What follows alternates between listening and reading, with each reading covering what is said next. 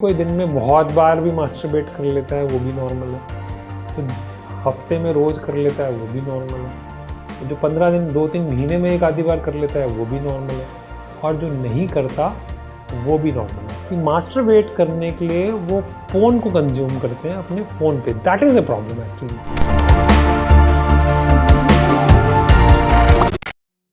नमस्कार दोस्तों, इस वीडियो में हम बात करेंगे मास्टरबेशन की या हस्त मैथुन की। ये बहुत ही कंट्रोवर्शियल टॉपिक है, इंटरेस्टिंग टॉपिक है। इसके फेवर में और अगेंस्ट में काफ़ी सारे व्यूज़ आपको मिल जाएंगे, तो इसके बारे में डिटेल में बात करेंगे। कौन करता है, कौन नहीं करता, सही है, गलत है, और जो रिलीजियस एंगल इसका क्या है, कल्चरल एंगल इसका क्या है, इसके करने का फ़ायदा है, नुकसान है, and so on. Masturbation research के हिसाब से अगर देखा जाए तो लगभग 99% बॉयज़ जो हैं वो करते हैं, तो लड़के 99% करते हैं और लड़कियां लगभग 75% करती हैं। और साइंस ये कहती है, मैं स्टार्टिंग में बताना चाहता हूँ, साइंस ये कहती है ये एक हेल्दी प्रैक्टिस है, ये सेक्सुअल स्टेजेस की डेवलपमेंट का एक पार्ट है। मतलब मास्टरबेशन पहले आता है, सेक्स बाद में आता है। और दूसरा है ये हेल्दी क्यों है, क्योंकि मास्टरबेशन में आप सेल्फ स्टिमुलेशन कर रहे हैं, तो आपको किसी भी तरह का दूसरे से इन्फेक्शन होने का कोई भी चांस नहीं है। अगर मैं शुद्ध हिंदी में कहूँ कि आपके मन में उमंगे जगी या तरमान जगे, तो आप उन अरमानों को सेफ प्लेस में अपने आप निकाल पाए, और आपको किसी भी तरह के किसी इन्फेक्शन या किसी और बीमारी का डर नहीं है। बट फिर प्रॉब्लम क्या है? प्रॉब्लम ये है कि नो फैब मूवमेंट्स चलती हैं, जो अंग्रेज़ों की वीडियोस भी हैं। काफ़ी सारे जो कल्चरली हमें सिखाया जाता है, काफ़ी सारे बाबा जी या बोलते हैं कि ऐसा नहीं करना चाहिए, ये बहुत सारी एनर्जी है, इसे बचा के रखना चाहिए, और अगर ये बच्चा पैदा करने की क्षमता है वीर्य में जो स्पर्म्स होते हैं, तो इसका मतलब ये बहुत ही कीमती होगा। But that is not scientifically true actually. होता क्या है, इसको ना हमें समझना चाहिए कि अगर कोई मास्टरबेशन नहीं करता वो भी नॉर्मल है, कभी कभार करता है वो भी नॉर्मल है, जो डेली करता है वो भी नॉर्मल है, और जो दिन में कई बार करता है या करती है वो भी नॉर्मल है। अब ऐसा कैसे हो सकता है? सुनने में अजीब लग रहा होगा, मैं इसे साइंटिफिकली आपको एक्सप्लेन करता हूँ। फिर भी कोई डाउट्स होंगे तो सारे काम आप मुझसे बात कर लीजिएगा, पूछ लीजिएगा। एक पैरामीटर पे आता है एसेक्सुअल लगभग 1% लोग होते हैं जिनको सेक्स की कोई इच्छा नहीं होती। वो अच्छे फ्रेंड भी बन सकते हैं, अच्छे रोमांटिक रिलेशनशिप्स भी निभा सकते हैं, बट उनका सेक्स करने का बिल्कुल भी मन नहीं करता। और हमने क्लिनिक पे ऐसे लोग देखे हैं जिनकी शादी हो चुकी, कई बार लड़का और कई बार लड़की, उनका सेक्स में कोई इंटरेस्ट नहीं है, वो अपने पार्टनर की भी रिस्पेक्ट करते हैं। मेल के मामले में तो फिर भी काम चल जाता है, फीमेल के मामले में तो कई बार वॉयलेंस की लेवल हो जाता है कि मार पिटाई चालू हो जाती है जब सेक्स नहीं मिलता, क्योंकि जैसे खाना चाहिए सामने वाले को सेक्स चाहिए, बट इंसान को नहीं चाहिए, तो वो शादी भी नहीं करना चाहते। और एक दो बार क्या मतलब, जो 2-3 केसेस जो भी रिसेंटली देखे थे उनमें तो डाइवोर्स हो ही गया, और जायज़ भी था। और उन्होंने अपने माँ बाप को इनडायरेक्टली मना करने की कोशिश भी की थी, एक ने डायरेक्टली बोला भी, तो घर वालों को लगा कि शायद उम्र के साथ इनको ठीक लगने लगे।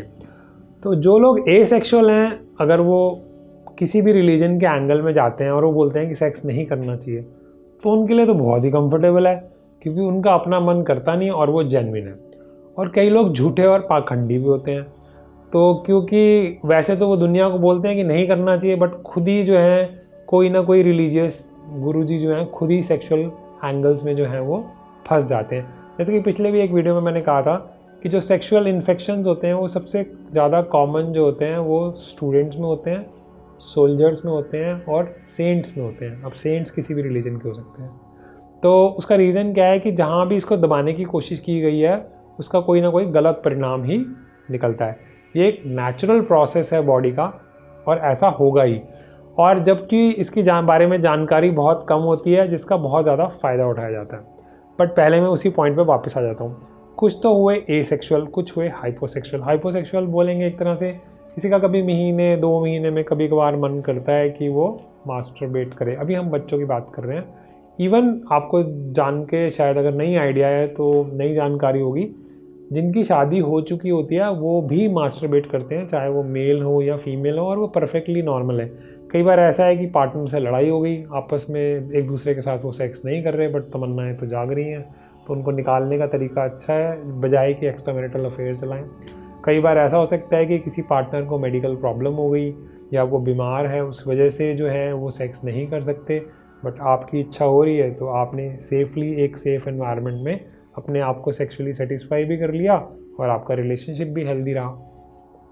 So that is also very important कि ऐसा नहीं है कि बच्चे मास्टरबेट करते हैं, बड़े भी मास्टरबेट करते हैं।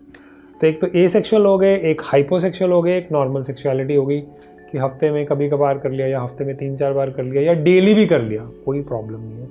कई लोग हाइपर सेक्सुअल होते हैं, फीमेल्स को निम्फोमेनिया बोलते हैं, वो भी 1% के आसपास लोग होते हैं, और मेल्स को सटारियासिस बोलते हैं, जिनमें सेक्सुअल ड्राइव बहुत ही ज़्यादा होती है। अब मुझे याद नहीं आ रहा कौन था वो बंदा, नेटफ्लिक्स पे किसी की सीरीज वो थी, वीडियोग्राफी जो भी थी, डॉक्यूमेंट्री, उसमें वही साइड की जब वो 10 साल का था तब से उसको कुछ ज्वालामुखी टाइप फील होता था, सो एंड सो ऑन। तो वो हाइपर सेक्सुअल रहे, वो पोर्न के स्टार भी बने और जो भी है उन्होंने छोड़ दिया था, वटएवर। तो कहने का मतलब ये है कि कोई दिन में बहुत बार भी मास्टरबेट कर लेता है वो भी नॉर्मल है, जो हफ्ते में रोज़ कर लेता है वो भी नॉर्मल है, जो 15 दिन 2-3 महीने में एक आधी बार कर लेता है वो भी नॉर्मल है, और जो नहीं करता वो भी नॉर्मल है। मास्टरबेशन में अपने आप में कोई भी प्रॉब्लम नहीं है, ये एक हेल्दी प्रैक्टिस है, ये इन्फेक्शन से बचाती है। और कई बार तो मैंने देखा है कि, और देखा क्या है, रिसर्च भी ये कहती है कि जो मास्टरबेशन है उसके करने के बाद नींद अच्छी आती है। तो कई स्टूडेंट जब पढ़ाई कर रहे होते हैं, उनको स्ट्रेस हो रहा होता है, 10th के एग्ज़ाम हैं, 12th के एग्ज़ाम्स हैं, एंट्रेंस की तैयारी कर रहे हैं और फ्रस्ट्रेशन हो रही है, तो हमारे कॉलेज टाइम में भी लोग शेयर करते थे आपस में कि मास्टरबेशन का रेट जो है वो बढ़ जाता है। तो स्ट्रेस बस्टर की तरह भी ये काम करती है। बट प्रॉब्लम कब आती है, जब हमारी रिलीजियस या कल्चरल बिलीफ्स इसको मना करती हैं। हमारे बड़े बड़े गुरुजी, बड़े बड़े मोटिवेशनल स्पीकर, नाम किसी का मैं लेना नहीं चाहूँगा, बहुत इस बारे में बात करते हैं कि ऐसा नहीं करना चाहिए। एक तो ऐसा बोलना कूल है क्योंकि आपका कैरेक्टर हाई हो जाएगा, अगर आप ऐसा बोलेंगे कि मास्टरबेशन करो तो आपका कैरेक्टर थोड़ा लो हो जाएगा। तो एक तो वो बात है। दूसरा, हो सकता है वो एसेक्सुअल हो, उनमें इच्छा होती ही ना हो, या वो दोहरी ज़िंदगी जी रहे हो, बोल कुछ और रहे हो, खुद कुछ और कर रहे हो। फिर कुछ लोग नो फैब मूवमेंट पता होगी, जिनको नहीं पता नो फैब का मतलब है कि 90 दिन के लिए वो मास्टरबेट नहीं करेंगे। और कुछ इंटरेस्टिंग मूवीज़ भी हैं इंग्लिश की जो मैंने देखी है कि शर्त लगा ली और इतने दिन तक सेक्स नहीं करेंगे, मास्टरबेट नहीं करेंगे, सो ऑन। वो क्यों इंपॉर्टेंट है? एक्चुअली उसकी प्रॉब्लम आती है पोर्नोग्राफी से। पोर्नोग्राफी में मेरा ऑलरेडी एक वीडियो है जो हमारा पोर्न एडिक्शन के ऊपर।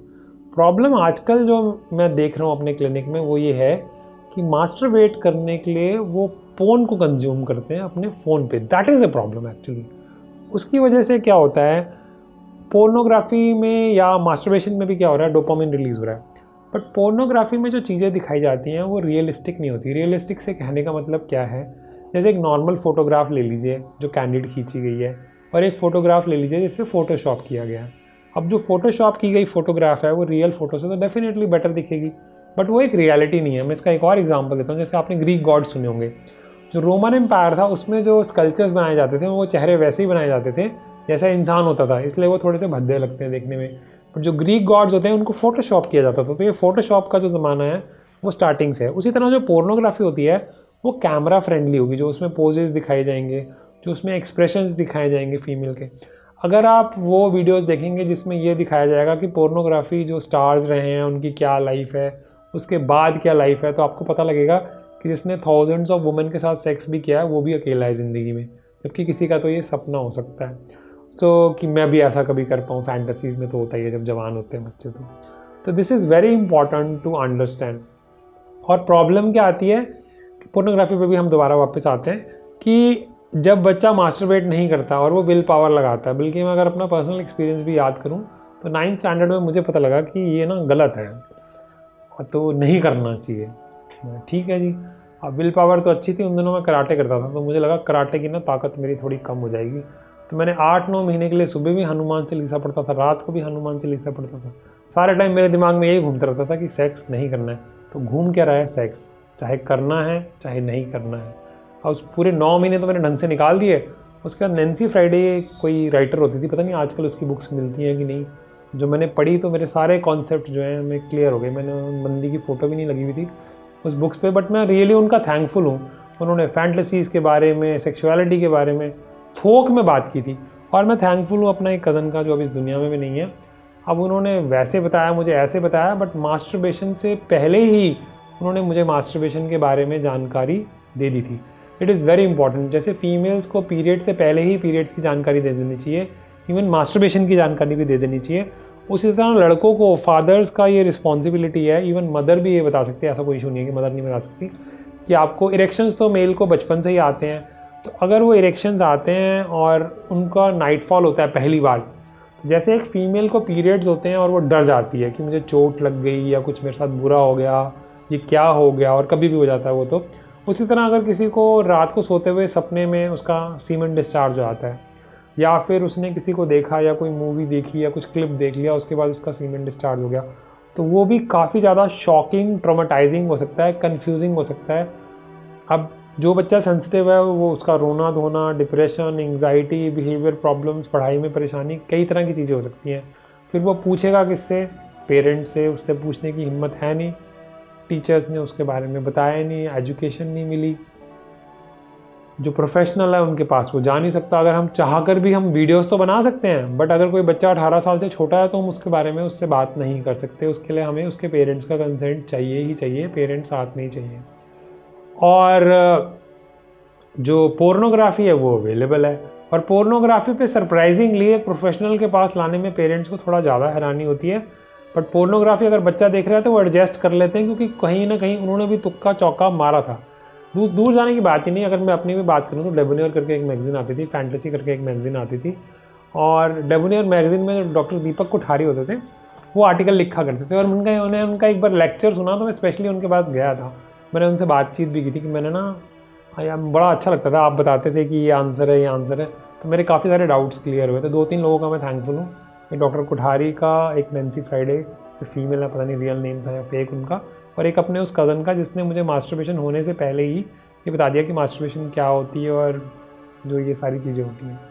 मेरे अपने पेरेंट्स ने इस बारे में कभी कोई जिक्र नहीं किया, कभी कोई बात नहीं की। दैट इज़ इम्पॉर्टेंट कि पेरेंट्स को ऐसा करना चाहिए, स्पेशली फादर्स को अपने तो मतलब मैन टू मैन टॉक जो है वो करनी चाहिए। और आजकल काफ़ी लोग ऐसा करते भी हैं, और इन करने से फ़ायदा ये होता है कि घबराहट कम हो जाती है। जैसे हमें सिखाते हैं, मैं साइकेट्रिस्ट हूँ, हमें सिखाते हैं कि पेशेंट को पहले बता देनी चाहिए कि इस दवाई से ये साइड इफेक्ट हो सकता है, कि आपको एसिडिटी हो सकती है, उल्टी का मन हो सकता है, घबराहट हो जाती है।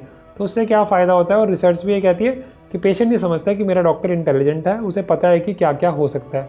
उसी तरह इसमें क्या होगा, रिलेशनशिप और गहरा हो जाएगा। पेरेंट्स चाहते हैं कि टीनेजर उनसे बात करे, तो अगर टीनेजर से वो बात करना चाहते हैं और गहरा रिश्ता बनाना चाहते हैं, तो पेरेंट्स की ये जिम्मेवारी है कि वो उसके बारे में डिटेल में बताएं।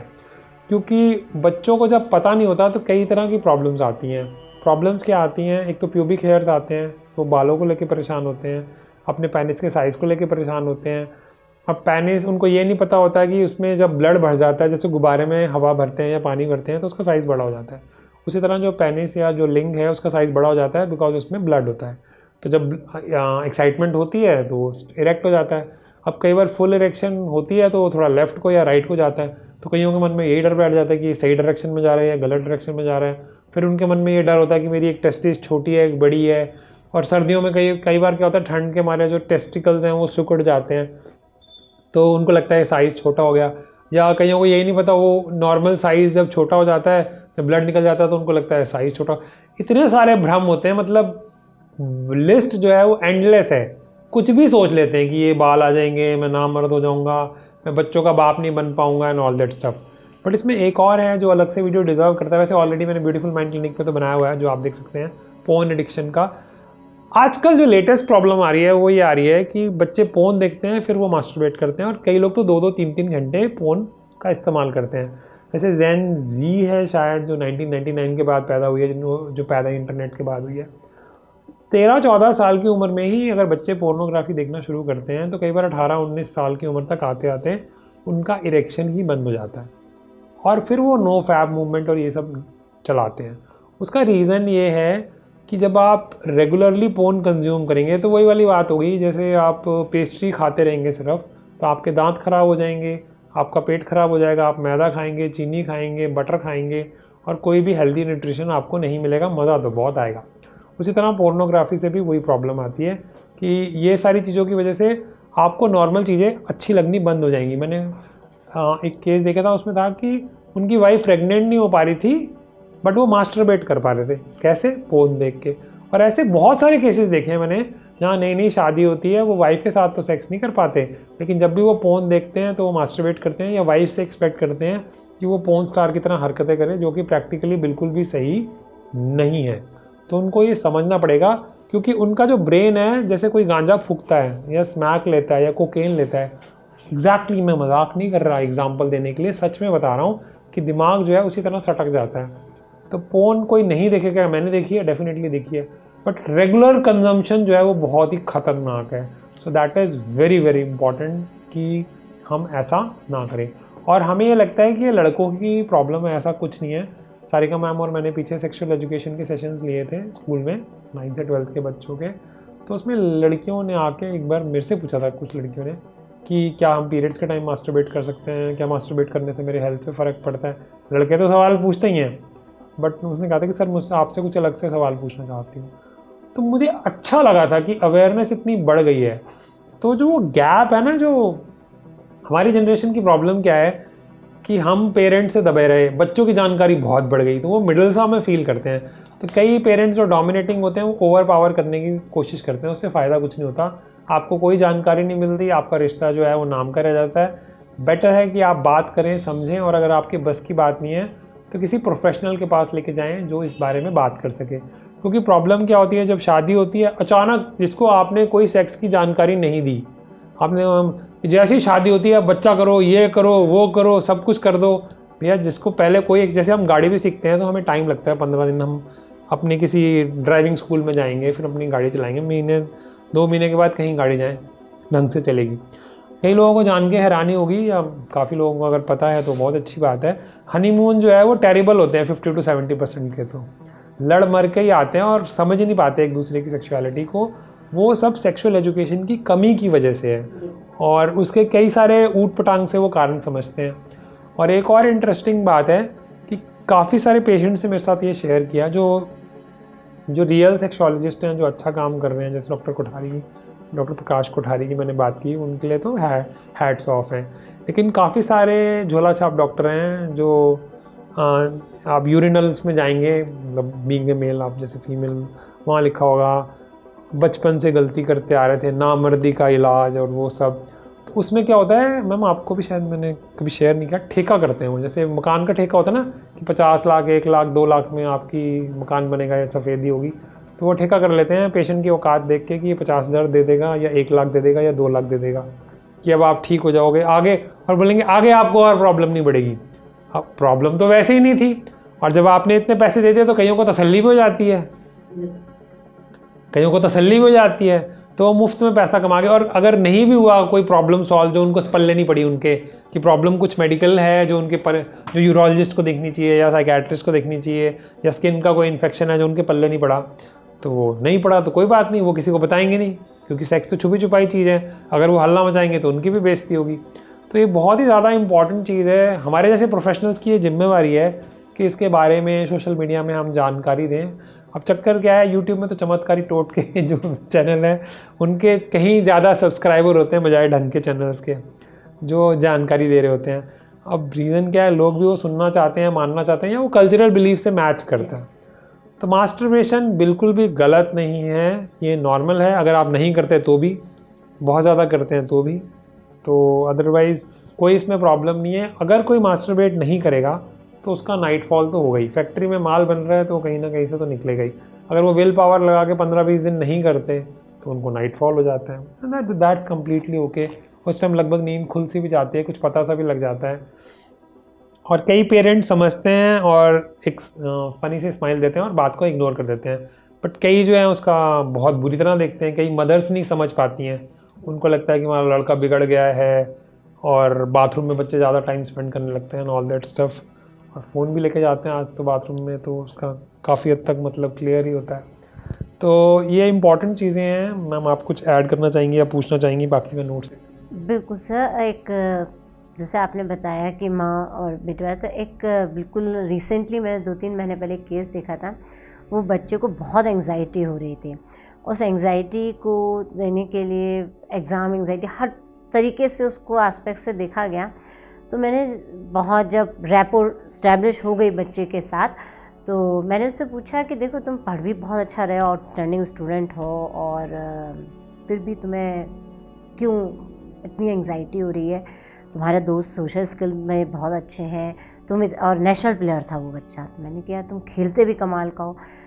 फिर बड़ा डरते डराते उसने बताया कि जो मदर को लग रहा था, वो लोग पहले अपने घर से दूसरी जगह शिफ्ट हुए, तो उनके मदर को लगा कि शिफ्टिंग वास्तु का चक्कर। हाँ, वास्तु का उस ये जॉइंट फैमिली से सेपरेशन है, इसलिए इसको ऐसा हो रहा। हालांकि दोस्तों सब कुछ नहीं था। तो मैंने पूछा कि देखो बेटा, अगर तुम मुझे समझ सकते हो, क्योंकि मैं प्रोफेशनल हूँ, मुझे कोई भी बात बताने में आपको संकोच नहीं होना चाहिए। तुम्हारी गर्लफ्रेंड चली गई, तुम्हारा ब्रेकअप हो गया। कहता नहीं नहीं नहीं नहीं, ये तो गलत बात है। मैंने क्या गलत बात है, ब्रेकअप या गर्लफ्रेंड होना? कहता नहीं, आप बहुत दूर चले गए। तो मैंने कहा तुम पास आ जाओ फिर। तो देन ही सेड कि मैम मैं एक क्वेश्चन पूछना चाहता हूँ, आप बताओगी तो नहीं किसी को? मैंने कहा नहीं बताऊँगी, पक्का। अगर तुम्हारी जान को खतरा नहीं होगा तो मैं किसी को नहीं बताऊँगी। बोला ठीक है मैम, मैंने ना एक वीडियो देख लिया। मैंने कौन सा वीडियो देख लिया? तो सर सबसे बड़ी बात थी, वो he is in class 12th student. तो जब उसने जिस तरीके से बता रहा था कि छुपाना भी है और बताना भी है वैसे थी, तो मैंने उससे पूछा कि कौन सा वीडियो देख लिया? बोले एक बाबा जी हैं, उन्होंने कहा है कि जो लोग बार बार मास्टरबेशन करते हैं वो नामर्द हो जाते हैं। तो मैंने कहा अच्छा ठीक है, तो तुमने क्या किया? बोले नहीं, और उन्होंने कहा कि ब्रह्मचर्य टूट जाता है। तो ये ब्रह्मचर्य क्या होता है? ये तो बेटा मुझे भी नहीं पता, इसको मैं खुद से पढ़ना पड़ेगा कि ब्रह्मचर्य क्या था। बट हाँ, ये कि स्टेजेस हैं। पहले समय में ऐसे चलता था कि बच्चा इस समय जाएगा, फिर गृहस्थ में आएगा, फिर ये आएगा, वानप्रस्थ, स्टेजेस होती हैं। तो इसी तरीके से उन्होंने बताया, but I have to see the video. बच्चे ने मुझे पूरा वीडियो दिखाया। फिर वो मास्टरबेशन को उन्होंने बताया। उन्होंने कहा कि जिन बच्चों से अगर ना रुका जाए वो हनुमान चालीसा करें तो उनका ब्रह्मचर्य बना रहेगा। और मैंने तो बहुत बार हनुमान चालीसा करी, बाहर गया, सब गया, पर मेरा ब्रह्मचर्य टूट गया। अब मैं कभी भी बाप नहीं बन पाऊँ। ओके, क्या okay? Then I educate him for masturbation, उसकी हेल्दीनेस, उसकी सारी चीज़ें। और लास्ट 5-6 सेशंस के बाद वो बच्चा इतना कंफर्टेबल हो गया था, कहता कि प्लीज़ मेरी मम्मी को ज़रूर समझा देना, क्योंकि ये मुझे बार बार बाथरूम में चेक करने आती हैं। जिनसे कहो मैं बंद करूँ तो बाहर से खट खट करती हैं। आप उनको बता दो जब मैं वॉशरूम में हूँ तो मैं शांति से जीने दें। मैंने कहा ठीक है बेटा, मैं बता दूँगी, कोई बात नहीं है, डेफिनेटली। फिर मैंने उसकी मदर को एजुकेट किया। आई टेल हर की, कहती मैम मुझे पता नहीं था और मुझे नहीं लगा इतना बड़ा होगा। मैं कि मैडम 12वीं में चला गया आपका लड़का, 17 साल का हो रहा है, ये तो कार्यक्रम 11-12 साल से, 13 साल से तो बच्चे स्टार्ट कर देते हैं। तो कहती आज ही मैं इसके पापा को जाऊंगी, बताऊंगी कि तुम ना इसको सिखाओ। मैंने कुछ सब कुछ सीखा हुआ है, बस आप उसको शांति से जीने दें। तो ये एक जो पेरेंट की एजुकेशन, लैक ऑफ एजुकेशन ही हुई बच्चे की। तो उसने एक वीडियो देखा, पहले कहीं कुछ कल्चर सीखा, फिर अचानक से वो बच्चा बड़ा हुआ, एग्ज़ाम की मन्नतें मांग लिया, तो उसने बाबा जी का वीडियो देखा।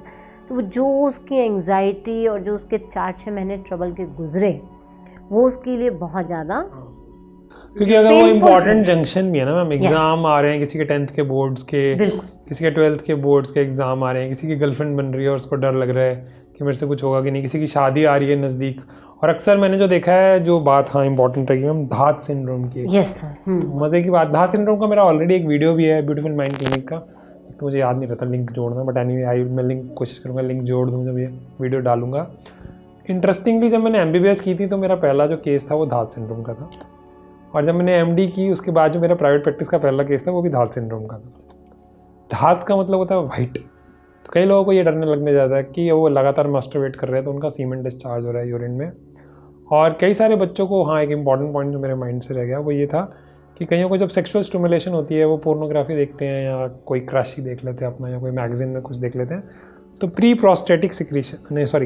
प्रोस्टेटिक सिक्रीशंस होती हैं जो डिस्चार्ज से पहले आती हैं, ताकि जो मेल का ट्रैक्ट है वो स्मूथ हो जाए, ताकि सीमेंट डिस्चार्ज आराम से हो सके। और वो लगभग स्नो ड्यू या ओस की बूंद की तरह होती हैं, जिसको चिपचिपा टाइप होता है, तो काफ़ी सारे बच्चे उसको लेके भी बहुत कॉन्शियस होते हैं, जबकि वो बिल्कुल नॉर्मल होता है और ऐसा होना चाहिए। अगर ऐसा नहीं होगा तो प्रॉब्लम होगी। तो that is very important to understand. और जो पीक आती है सेक्सुअलिटी की वो लगभग 15 से 25 साल की उम्र में होती है, उसके बाद तो धीरे धीरे कम होने लगती है। वो बात लगे कि अब लोग 30 में शादियाँ करते हैं, 35 में, अलग मुद्दा है। तो उस टाइम ये सारी जानकारी अगर होगी तो इतने सारे भ्रम नहीं होंगे। बिल्कुल सर, इतने सारे भ्रम नहीं होंगे। तो ये जो धात सिंड्रोम है ये भी एक कल्चर बाउंड सिंड्रोम है। इंटरेस्टिंगली बात क्या है कि ये उन कंट्रीज़ में होगा जहाँ पे इसके बारे में जानकारी नहीं होगी। जहाँ जानकारी होगी वहाँ प्रॉब्लम नहीं होगी। तो जैसे नाम क्या है, कल्चर बाउंड सिंड्रोम। तो कल्चर उस पर्टिकुलर कल्चर में होगा जिसमें बाउंड नहीं करते, बाउंड होगा, और बाकी दुनिया में नहीं होगा। जैसे डिप्रेशन है वो पूरी दुनिया में है, क्योंकि डिप्रेशन जो है वो बायोलॉजिकल भी है और स्ट्रेस रिलेटेड भी होता है। तो जिन सोसाइटी में या जिन फैमिलीज़ में खुल के मास्टरबेशन के बारे में बात होती है, जानकारी होती है, तो उनको कोई प्रॉब्लम नहीं होगी। और सबसे बड़ी बात जो है वो ये है, सेक्स जो है वो ह्यूमन के पैदा होने से पहले ही है। डायनासोर्स में से भी था, एनिमल्स में शेर से लेके एलिफेंट से लेके सब में ही है। तो सेक्स और जो रोमांस और ये सारी चीज़ें ये हमसे पहले हैं। और काफ़ी सारी चीज़ें जो है, होमोसेक्सुअलिटी इवन जो है वो एनिमल्स में भी है। तो दैट्स कम्प्लीटली ओके। तो दोस्तों, इस वीडियो के माध्यम से हम माँ बाप को और बच्चों को ये जानकारी देना चाहते थे कि ये परफेक्टली नॉर्मल है, हेल्दी है, इन्फेक्शन से बचाता है, नॉर्मल सेक्सुअल स्टेजेस की डेवलपमेंट का पार्ट है। बट पोर्नोग्राफी से बचें, क्योंकि वो समथिंग ऐसा है जो अच्छा नहीं है। आपसे नहीं रुका जाता तो कभी कभार आपने देख लिया, इट्स ओके। बट आप डेली बेसिस पे अगर पोर्नोग्राफी को कंज्यूम करते हैं तो नामर्दी पक्का हो सकती है। लेकिन अगर आप मास्टरबेट करते हैं या आपको नाइट फॉल होता है तो किसी भी तरह की कोई भी परेशानी नहीं है। इसका मतलब आप नॉर्मल हैं। बल्कि एक वीडियो मैंने और भी बनाया था और हमें साइंस में बताया जाता है कि किन का जांच कराने की ज़रूरत है। अगर कोई मास्टरबेट कर सकता है और सुबह सुबह किसी को इरेक्शन होता है, या रात को सोते हुए किसी को इरेक्शन होता है, या स्पॉन्टेनियसली कभी भी किसी को इरेक्शन हो जाता है, उसका तो कोई टेस्ट भी कराने की ज़रूरत नहीं है। इसका मतलब सब कुछ, टेस्टोस्टेरोन वगैरह सब सही चल रहा है। बल्कि अगर किसी ने कोई टेस्ट ही कराना तो सीमन एनालिसिस करा सकता है जब वो शादी से पहले, उसके सीमन नॉर्मल है या नहीं। और कई सारे बच्चों का एक और सवाल होता है, वो ये होता है कि मेरे सीमन पतला हो गया है। तो बेसिकली अगर कोई बहुत ही ज़्यादा रेगुलरली मास्टरबेट कर रहा है तो वो क्वालिटी नहीं रहेगी। इवन जब सीमन एनालिसिस करते हैं तो ये बोला जाता है कि 5 दिन के लिए जो है आप मास्टरबेट ना करें, या आपको नाइट फॉल ना हुआ हो तो आपका रिजल्ट जो है वो बेटर आएगा। तो वो मेडिकली इम्पॉर्टेंट है, वैसे इम्पॉर्टेंट नहीं है, वैसे कोई फ़र्क नहीं पड़ता है। तो इसमें कोई चिंता करने की ज़रूरत नहीं है। जो आप करना चाहते हैं आप कर सकते हैं। और अगर कोई एसेक्सुअल है, वो ये वीडियो देख रहा है, जो बिल्कुल मास्टरबेट नहीं करता, वो भी नॉर्मल है। तो आज के लिए दोस्तों इतना ही मेरी तरफ से और सारिका मैम की तरफ से। धन्यवाद।